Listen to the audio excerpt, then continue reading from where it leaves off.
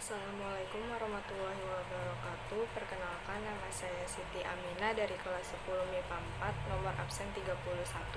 Saya di sini ingin mempresentasikan suatu ide jenis produk makanan, yaitu donat. Yang pertama yaitu penjelasan satu ide tentang jenis produk tersebut.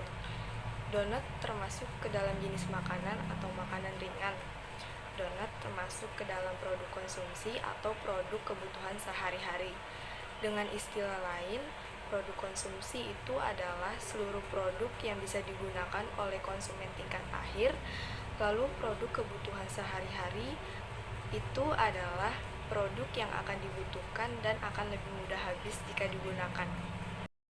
Yang kedua yaitu bagaimana cara memproduksi atau membuat produk tersebut. Cara memproduksinya yaitu donat adalah suatu jenis makanan yang digoreng yang terbuat dari olahan tepung terigu, gula, telur, dan mentega. Cara membuat produk tersebut yaitu yang pertama ada bahan-bahan untuk membuat donat tersebut. Yang pertama 500 gram tepung terigu, 4 butir telur, 75 gram gula pasir, 75 gram mentega, 10 gram pengembang kue, 250 ml air es atau air dingin, 5 gram garam, 2 liter minyak goreng, susu putih saset 1, jenis-jenis topping. Yang kedua yaitu langkah-langkah cara membuat produk tersebut. Langkah pertama yaitu siapkan mesin penggiling roti tersebut. Yang pertama kita masukkan tepung terigu sebanyak 500 gram, lalu masukkan kembali 75 gram gula pasir, susu bubuk 1 saset, lalu pengembang kue. Jika sudah dimasukkan semuanya ke dalam mesin penggiling, selanjutnya yaitu mesin tersebut digiling selama 5 menit supaya adonan lebih halus merata. Langkah kedua yaitu sambil menunggu adonan tersebut digiling, lalu kita siapkan air dinginnya sebanyak 250 ml dan 4 butir telur. Yang dipakai telurnya yaitu kuning telurnya saja.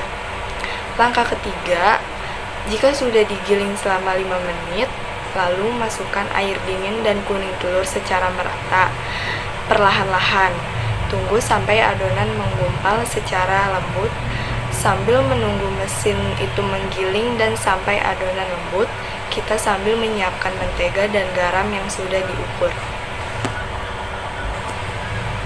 Langkah keempat, jika sudah menggumpal secara merata, kita masukkan mentega dan garamnya, lalu kita tunggu sampai adonannya halus. Jika adonannya sudah benar-benar halus, lalu kita angkat dari mesin penggiling tersebut dan siap untuk dipotong dan ditimbang sesuai ukuran atau selera masing-masing. Langkah kelima, jika sudah dipotong semua, lalu kita gulung secara bulat satu persatu potongan adonan tersebut.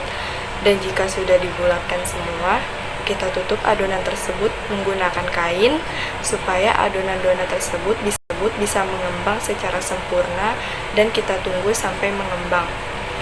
Langkah keenam, jika sudah mengembang, kita bentuk adonan bulat tadi seperti bentuk cincin atau dibolongkan pada bagian tengah donat secara satu persatu. Kalau sudah dibentuk seperti cincin, semua kita tutup kembali adonan tersebut dengan kain supaya bisa mengembang lagi. Langkah ketujuh, sambil menunggu adonan tersebut mengembang, kita sambil menyiapkan minyak goreng yang sudah dipanaskan untuk menggoreng adonan donat tersebut. Dan jika sudah benar-benar mengembang, kita tinggal menggoreng saja sampai kekuningan. Langkah ke-8, jika sudah digoreng semua, donat tersebut dikasih dengan topping pada bagian atasnya sesuai dengan selera masing-masing. Yang ke-9, donat siap disajikan. Yang ketiga yaitu penjelasan tentang target pemasaran pada produk tersebut. Dalam menjalani usaha ini agar terprogram dengan baik, diperlukan strategi atau target pemasaran. Target pemasaran yang sudah saya persiapkan yaitu yang pertama, sesuai dengan kebutuhan dan keinginan konsumen. Produk yang dijual itu adalah donat. Donat adalah makanan ringan, mengganjal perut yang praktis, tinggal dilahap tanpa meninggalkan bau dan aroma setelah dimakan. Yang kedua, menentukan tingkat harga. Untuk harga yang diberikan untuk satu buah donat yaitu Rp3.000. Penetapan harga ini sudah disesuaikan dengan rata-rata modal total per satu jenis donat dan sesuai dengan kondisi keadaan keuangan konsumen.